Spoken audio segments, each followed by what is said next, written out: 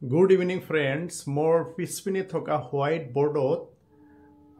Indian Constitutional eta article aru Panchayat Actor eta section yate moi likhisu. Asolote Indian Constitutional article aru Panchayat ainor dharat asolote ki kotha ullekh kora ase he apnalokok etia back camera joriyate moi dekhai asu.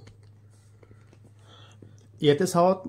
মই white বোর্ডত লিখিছো article 243F of Indian Constitution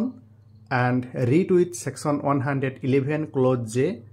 of the Assam Panchayat Act 1994 এই দুটা article আৰু সেকশনত আসলতে কোৱা হৈছে যে গাঁও পঞ্চায়তৰ নিৰ্বাচনত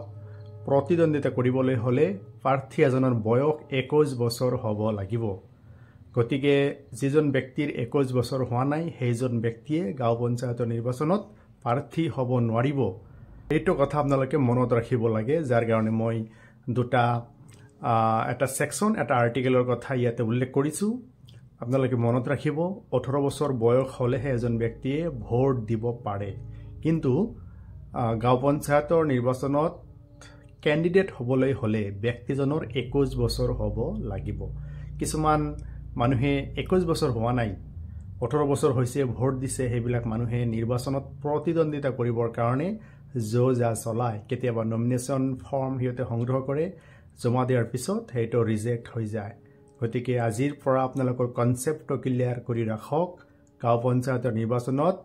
ব্যক্তি এজনে যদি প্ৰাৰ্থী হ'ব বিচাৰে বা কন্টেষ্ট কৰিব বিচাৰে বা ইলেকশন খেলিব বিচাৰে তেতিয়া হলে article 243F of Indian Constitution read with section 111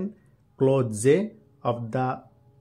Assam Panchayat Act 1994 অনুযায়ী 21 বছৰ হ'ব লাগিব যদি ভিডিওটো ভাল লাগে লাইক কমেন্ট আৰু শেয়াৰ কৰিব